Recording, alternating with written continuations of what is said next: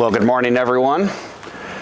It is very good for us to be here. I know our worship arrangements seem to change rapidly. These are the times we live in. Yet it is always good for us to be together. It is always good for us to be worshiping the Lord. And we do have a beautiful morning to do that here. And so we are blessed greatly for many, many reasons. We have been in a series on the 10 plagues, and it's a series that's been broken up as we've been bouncing around in some different arrangements. And so I hope and assume most of you have been able to follow through this series, listening to the lessons as they've been distributed by email and put up on social media and such. But in case some of you have not, I'll give you a little recap of where we've been so far. We're talking about the 10 plagues that God sent against Egypt as Pharaoh attempted to do battle with God. And we divided up the plagues into cycles of 3. In each cycle, you have a warning and a warning and a plague, and then a plague that strikes without warning. And that happens for plagues 1 through 3, for 4 through 6, 7 through 9, and then today we'll be looking at the last plague, the climax of these events, which is going to break that pattern.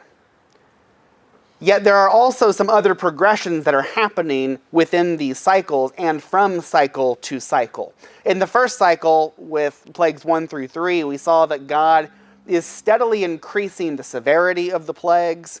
They begin to have longer lasting consequences and are not so easily removed. And we see that very early on, God foils the efforts of Pharaoh's magicians to be able to imitate the plagues that God is sending to Egypt. In cycle 2, the escalation continues, that the severity is much worse. There is a lot more harm done to the nation and to the people.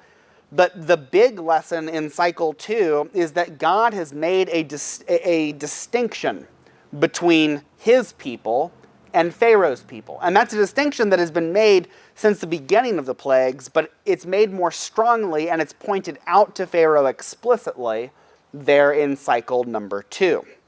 In the third cycle that we talked about last week, Pharaoh's insolence is rebuked. There's a shift where God is no longer willing to pretend that this is a battle between him and Pharaoh.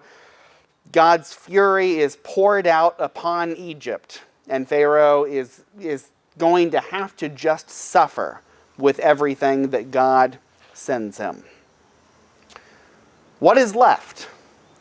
We ended last week at the end of chapter 10 and in the book of Exodus where Pharaoh sends Moses away and he says, I don't want to see you anymore. Leave here, never come back, and basically I'm just done. Pharaoh may be done, but God is not. These are the 10 plagues, not the 9 plagues. And we must look at this 10th one to see how God ends the story.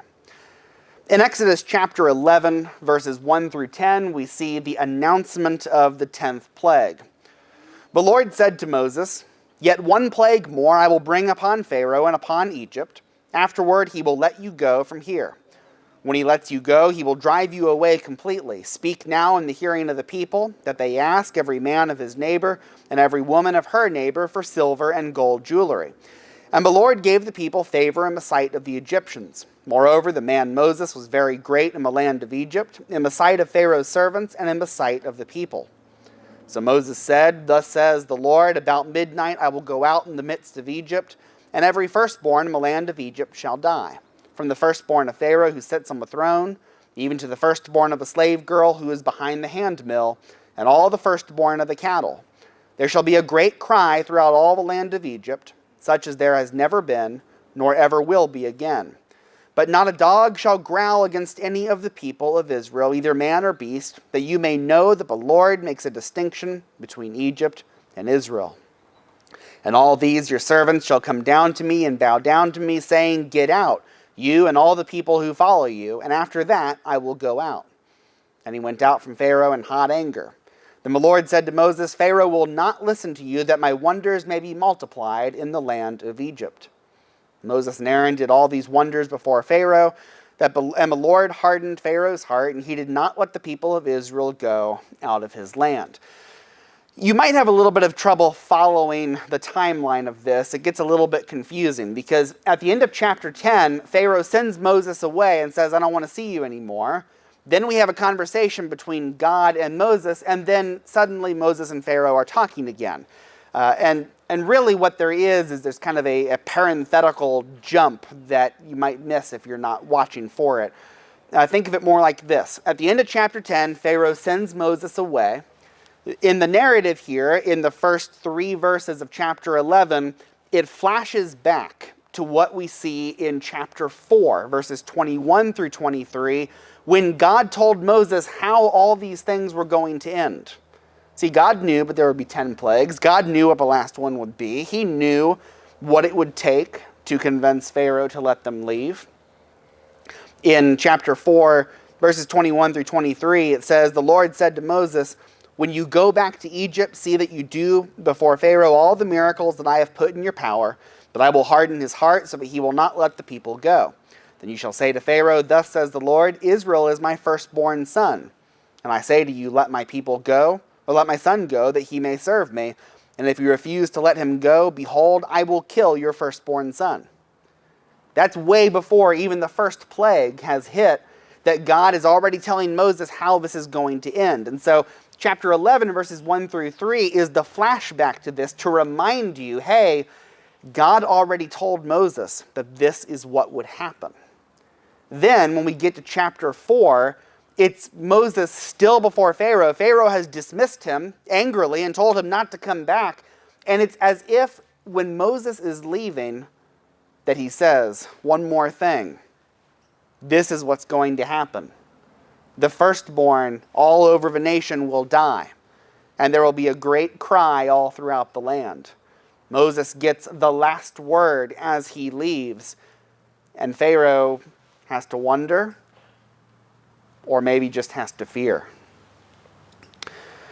Forget creation turning against Egypt like some of the other plagues were. Forget attacks against key resources, fears of loss of food, fears of damage to the nation. This final plague is different. It is pure, unadulterated death. It is the death of the firstborn in every family and of all the animals, and it would be accompanied by a terrible cry throughout the land. But Israel would be protected. There would not be a cry. There would not even be a dog growling in Goshen. Israel will be safe. God will protect them. Now, as we've talked about with each one of these plagues, there's a challenge being made here to the Egyptian pantheon. The plagues are not random. They're not chosen arbitrarily. They are meant to challenge what the Egyptian pantheon is able to do and to show Pharaoh and to show all of Egypt, your gods cannot save you. And so, as we've seen before, let's consider it for this plague. We know there were various gods and goddesses that they worshipped that were gods of protection, of fertility, and birth. And to strike the firstborn over the whole nation would definitely be a challenge to them. As well, Renenetet was a god specifically tasked with protecting the Pharaoh. A whole god just to guard and protect the king, yet Pharaoh's family has been struck. Pharaoh's family has been hit, and they have to deal with the same kind of pain and suffering that everyone else does. Where is Renenetet? What is he doing? His sole purpose is to protect the Pharaoh from these kinds of things. Yet he does nothing. That ought to be a warning and a realization for the Egyptians to see that Pharaoh cannot be protected. And even more than a challenge to all of these gods, the 10th plague is really a challenge to Pharaoh himself. The pharaohs were considered to be sons of Ra, or even incarnations of Horus.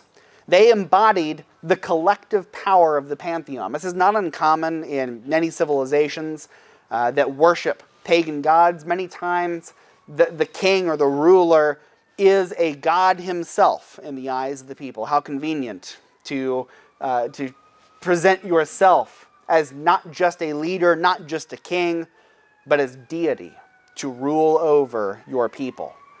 It's got to make it much easier to get them to fall into line and get them to comply with your commands.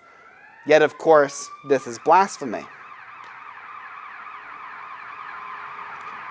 But if Pharaoh has the collective power of the entire pantheon, if Pharaoh is the one who has the power of all of these gods combined, and he is even greater than all of them, then where is he? What has he been able to do to stop any of this? Remember, it is Pharaoh who set himself up against Yahweh, against, in the Egyptians' minds, the small god of the small people of Israel. Yet this one small god has overcome every one of their gods, both individually and collectively, and then Pharaoh himself. That is a slap in the face, and it is a realization that it is Yahweh who is in control. Yahweh has control over death and life, not Pharaoh. That has been made abundantly clear throughout all the plagues, but especially the 10th. Well, now I want to ask a question, and maybe it's coming up in your mind. Maybe you've thought about this. Does the 10th plague seem rather harsh to you? If Pharaoh is the one who has set himself up against God, then why is it that it's the firstborn throughout the whole nation that have to die? Why isn't Pharaoh struck dead? Why is it children? Why is it babies? Why is it so many unrelated people to the sin that has taken place? It is Pharaoh who's so defiant. What did the rest of the Egyptians do to deserve this? Well, let's consider a few things. Pharaoh is not the only sinner in Egypt.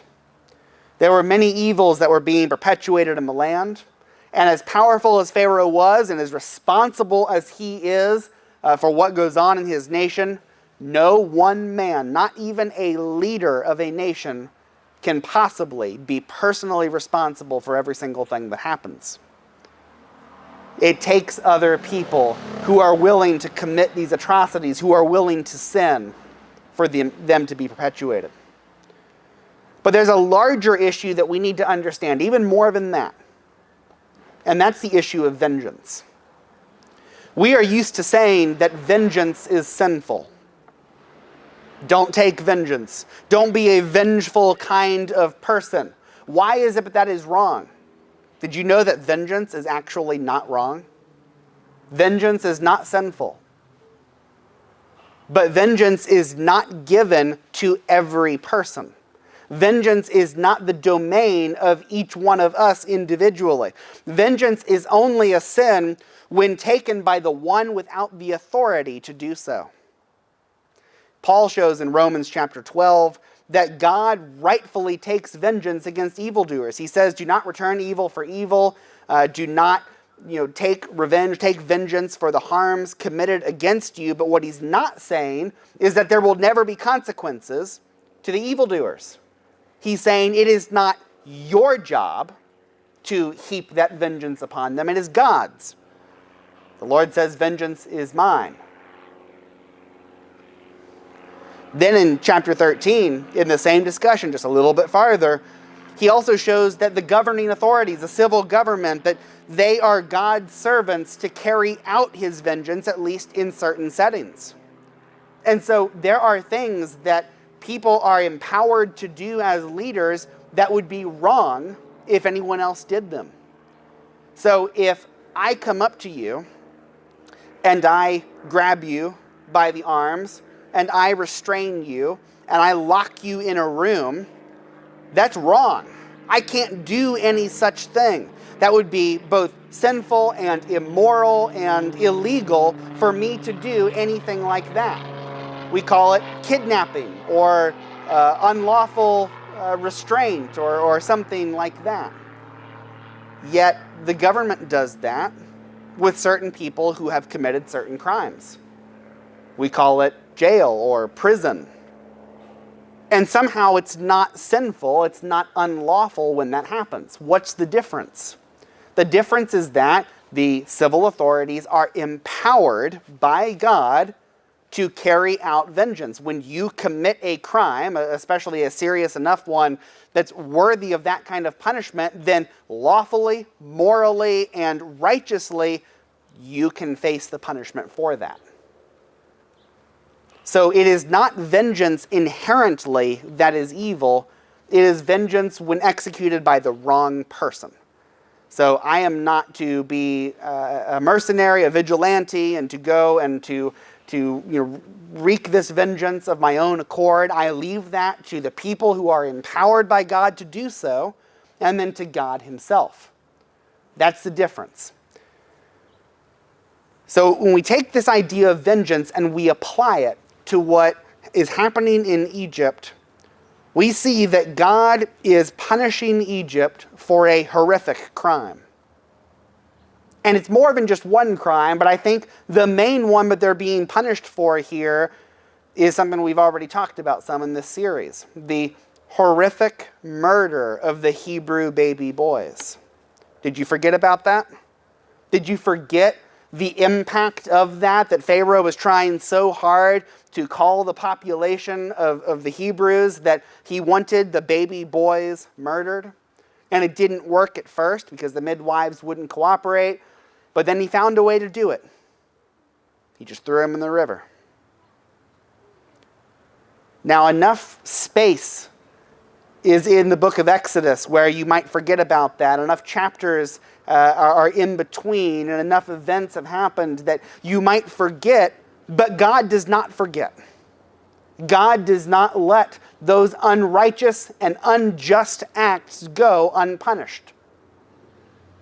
That is the consequence of sin. You don't commit an atrocity, especially against God's people, without consequences. That was true in Exodus, and it's true today. Take that as a warning, both personally and for us as a community and a nation, that we must do what we can to prevent evil and atrocities, to let the light and the salt of our good influence try to preserve our community and preserve our nation, because there is great sin that is being perpetuated. God sends punishments when he sees fit. It's not on our timetable. It's not on our schedule. But do not be deceived. God does not forget. Well, now we move on to chapter 12, and we see the establishment of Passover.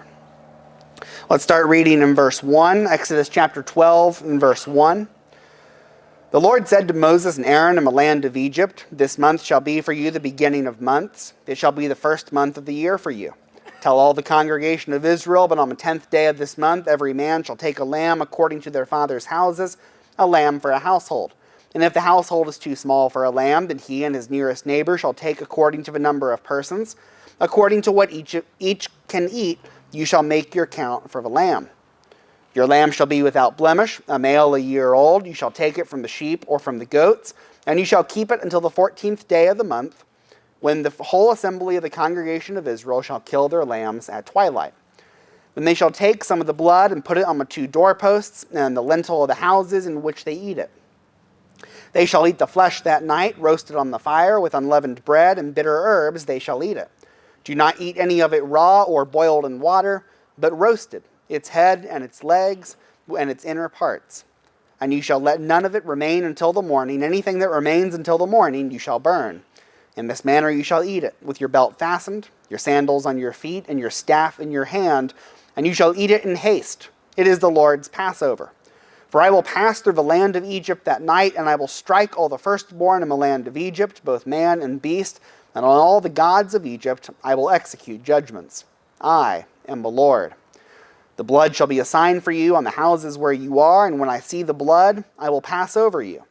And no plague will befall you to destroy you when I strike the land of Egypt. This day shall be for you a memorial day, and you shall keep it as a feast to the Lord. Throughout your generations, as a statute forever, you shall keep it as a feast. 7 days you shall eat unleavened bread. On the first day you shall remove leaven out of your houses. For if anyone eats what is leavened from the first day until the 7th day, that person shall be cut off from Israel. On the first day you shall hold a holy assembly, and on the seventh day a holy assembly. No work shall be done on those days, but what everyone needs to eat, that alone may be prepared by you. And you shall observe the feast of unleavened bread, for on this very day I brought your hosts out of a land of Egypt. Therefore you shall observe this day throughout your generations as a statute forever. In the first month, from the 14th day of the month at evening, you shall eat unleavened bread until the 21st day of the month at evening. For 7 days no leaven is to be found in your houses. If anyone eats what is leavened, that person shall be cut off from the congregation of Israel, whether he is a sojourner or a native of a land. You shall eat nothing leavened. In all your dwelling places you shall eat unleavened bread. Then Moses called all the elders of Israel and said to them, Go and select lambs for yourselves according to your clans, and kill the Passover lamb. Take a bunch of hyssop and dip it in the blood that is in the basin, and touch the lintel on the 2 doorposts with the blood that is in the basin. None of you shall go out of a door of his house until the morning. For the Lord will pass through to strike the Egyptians, and when he sees the blood on the lintel and on the 2 doorposts, the Lord will pass over the door, and will not allow the destroyer to enter your houses to strike you. You shall observe this rite as a statute for you and your sons forever. And when you come to the land that the Lord will give you as he has promised, you shall keep this service. And when your children say to you, What do you mean by this service? You shall say, It is a sacrifice of the Lord's Passover, for he passed over the houses of the people of Israel in Egypt, when he struck the Egyptians, but spared our houses. And the people bowed their heads and worshipped. Then the people of Israel went and did so, as the Lord had commanded Moses and Aaron, so they did. Here we have the establishment of the Passover. And there's 3 things about the Passover I want us to consider this morning. The first is that the Passover was an event of deliverance. It was something that they needed to do right then if they wanted to be spared this 10th plague. You see, in the plagues before, God exempted Israel. God made sure that they were kept safe. Now that they have seen 9 plagues, now that they have had their faith built up, they need to make a choice. If they will throw their lot in with God, then this is what they must do. They need to take an unblemished, year-old male lamb, kill it, spread the blood on the doorposts, and then eat that lamb. There are certain regulations on what to eat it with, how to eat it. We read those things. There's some more of it even takes place after this. But then when Yahweh passes through Egypt to strike the firstborn, he will pass over every house where he sees the blood. Israel will be protected, but they have to make a choice. They have to decide, will we follow Yahweh, or will we ignore the great wonders that we have seen? If they can't do something as simple as this, why should God have any confidence that they even want to be his people? See, that's the whole reason why he is protecting them. They are his. He has given them promises. He has given them blessings. But if they don't want to be his, should he continue to protect them? Should he continue to bless them? They need to make a choice. And when the Lord sees the blood, he will pass over and they will be spared. Secondly, we see that the Passover was a new start for the people of Israel. God symbolically marks this as a new beginning for them by telling them to reset their calendar. I don't know exactly what calendar they would have been following before this, probably an Egyptian one. Yet God says, this is now the first month of the year. This is the beginning of the year for you. Imagine being told that now. Today is, August 9th? Imagine being told, this is the beginning of the year now. What would it take for that to happen? There's a certain amount of inertia that has to be overcome to want to change your calendar, and there would have to be some incredibly significant event to make that meaningful and worthwhile. This is a new start for the people of Israel. They are not going to be slaves in Egypt any longer. They are going to be a people, a nation. From this time forward, the past 430 years of being strangers and abused slaves in a foreign land, that will be just the past.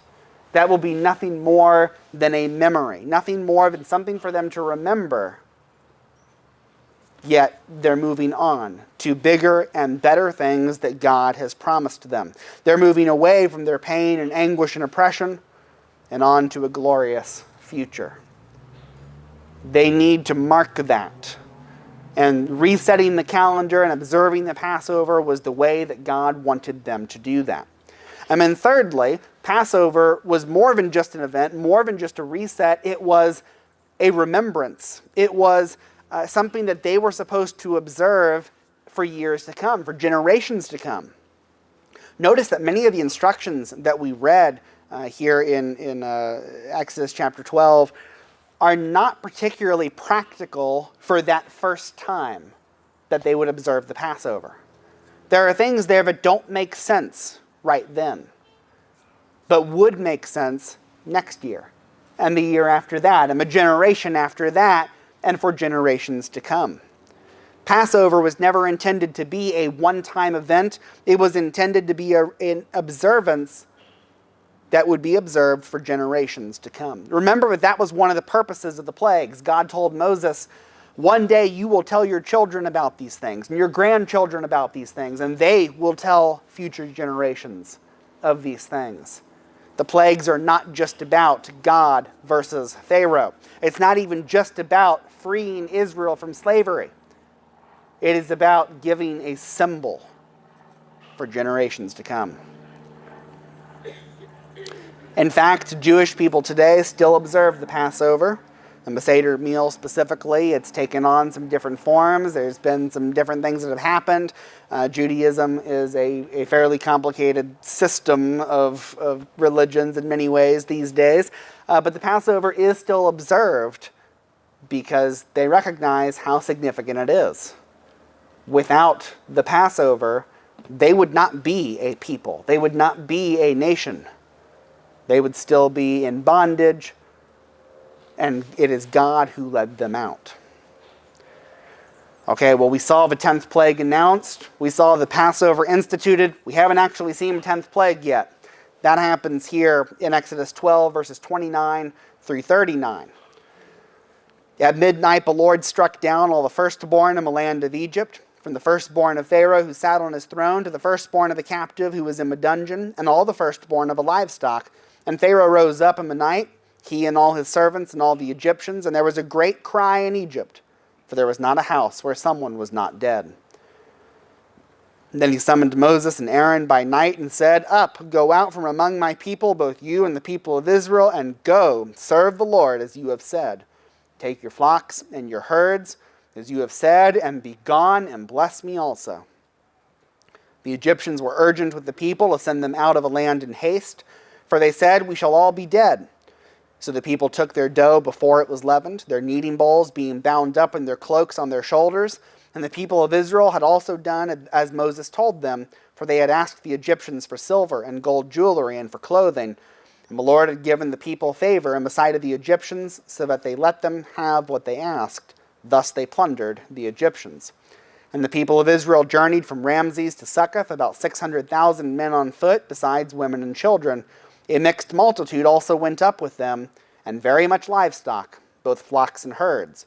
And they baked unleavened cakes of the dough that they had brought out of Egypt, for it was not leavened, because they were thrust out of Egypt, and could not wait, nor had they prepared any provisions for themselves. At midnight there was a great cry in Egypt. Yahweh had taken vengeance, and death was the result. Pharaoh wakes up. He sees the horror of what has happened. Maybe he thought that Moses was exaggerating. Maybe he still stubbornly believed that he could somehow prevent this. But now he sees it. He urgently calls for Moses and Aaron, despite him saying he never wanted to see Moses again. He calls them to him, and he says, "Just leave. Go. Take everything with you. Take your flocks, take your herds, take all your people, take whatever you want. Just leave and never come back." Pharaoh is no longer playing games. He's no longer trying to bargain. He's no longer trying to challenge God. He just wants them to go. God's purpose has been accomplished. The Egyptians were just as urgent. They were ready for the Israelites to go. In fact, they had been ready. We saw in some of the previous plagues that the Egyptians were already sick and tired of this. They were not nearly as stubborn as Pharaoh was, and they were willing to let the Israelites go long before their leader was. And so they urgently pushed the Israelites out. They said, "Go, leave us. If you're here any longer, we'll all be dead. Yahweh will destroy every last one of us until you're allowed to go. You've already done enough damage. Please just go." The Israelites left quickly, but not in fear and not in anguish. They left confidently. They left victoriously. They left vindicated. They plundered the Egyptians as they left. They took gold and silver and clothing and jewelry, all sorts of things. They left empowered, vindicated, enriched, and protected by God. God's purpose has been accomplished. The 10 plagues have struck Egypt, and now his people have been let go. Where does that leave us? Pharaoh is defeated. Pharaoh thought he could challenge God, yet clearly he couldn't. He lost. And the battle only went on as long as it did because God allowed it to. As he told him several plagues before, "I could have struck you and your family with pestilence and wiped you off the face of the earth long before this." That God allowed Pharaoh to puff himself up, to arrogantly fight against God, to show God's power and to show his control. Where does that leave us for our series? Despite this being a 10 plague series, we're not quite done yet. I think there's one more event that really needs to be looked at, and Lord willing, next week we'll do that, and that's the crossing of the Red Sea. Even though Pharaoh has let the people go, he is going to have one last stubborn moment, and it will cost him his life. Somehow, Pharaoh decides, after all of this, that he still doesn't want the people to go, even when he has already let them go. And so we need to talk about that still. That will be an important end cap to this lesson, to this series. And then sometime soon, either the week after that, or maybe we'll take a little break first and do something else, I want us to look at the Passover a little bit more, but from a perspective that we didn't really address today. That's how the Passover connects to the Lord's Supper, to the communion that we observe today. If you're familiar with those connections, then you know what I'm talking about. You know that there are so many connections between the purpose and the regulations with the Passover and the communion that we observed today. It's a bit of a type and antitype, or shadow and reality. And so I want to talk about that some more. I didn't really have time to do it in this lesson, so we're going to do that soon. And that should give us a deeper and richer appreciation for something that we observe every week. So that gives you some idea of where we're going in this. But take the lessons that we've learned. See that Pharaoh was allowed to puff himself up, was allowed to arrogantly fight against God, and it looked like that he might even win for a while. But in reality, he was nowhere close. Never fight against God. Never attempt to put God in his place, because God's place is high above all things. God makes a distinction between his people and the people outside. We all go through difficult times. We all go through pain and anguish and suffering, yet God sees a future and a hope for his people. The people who are outside will be left to suffer and left to endure with no hope and no future. We as God's people are given something to live for. That was true back then, and it's true today. And remember the importance of passing these things on from generation to generation. God intended for Israel to do that. The Passover was an important part of that. They were commanded to teach their children of these things every day as they went about their ordinary lives, to tell them of what God had done for them, to tell them the stories of the past, to impress upon them who God is and what all he has done. You know that we have to do the very same thing? Not a one of us is born with knowledge of God already and an appreciation for who he is. We have to be taught. And it is not passively absorbed. It is not enough for the younger generations to just be around Christians or to come to worship services. You have to teach them. You as their parents, you as their grandparents, and even outside of family units. We have an obligation to teach the younger. Teaching happens in more than just age lines, more than just generations, but that is one of the very important ways that we teach. Tell your children, tell those who are younger than you what God has done for you. Tell them how he has blessed you. Tell them how he has protected you. Tell them all that he has done for you. Tell them your mistakes and what you wish you would have done differently. Impress upon them who God is and why they should care. Thank you, brethren, friends. We always want to give you the opportunity to answer the invitation call that God has given. God does protect his people and God does bless us. And if you want to be one of his people, well, we want you to as well. And so there's an opportunity for you to be baptized. Yeah, we're outside right now, but you know what? I'll go inside and baptize you today if you want to be. We'll do that. Or if we can pray for you, if there's something that we can do for you, please make that need known and come forward.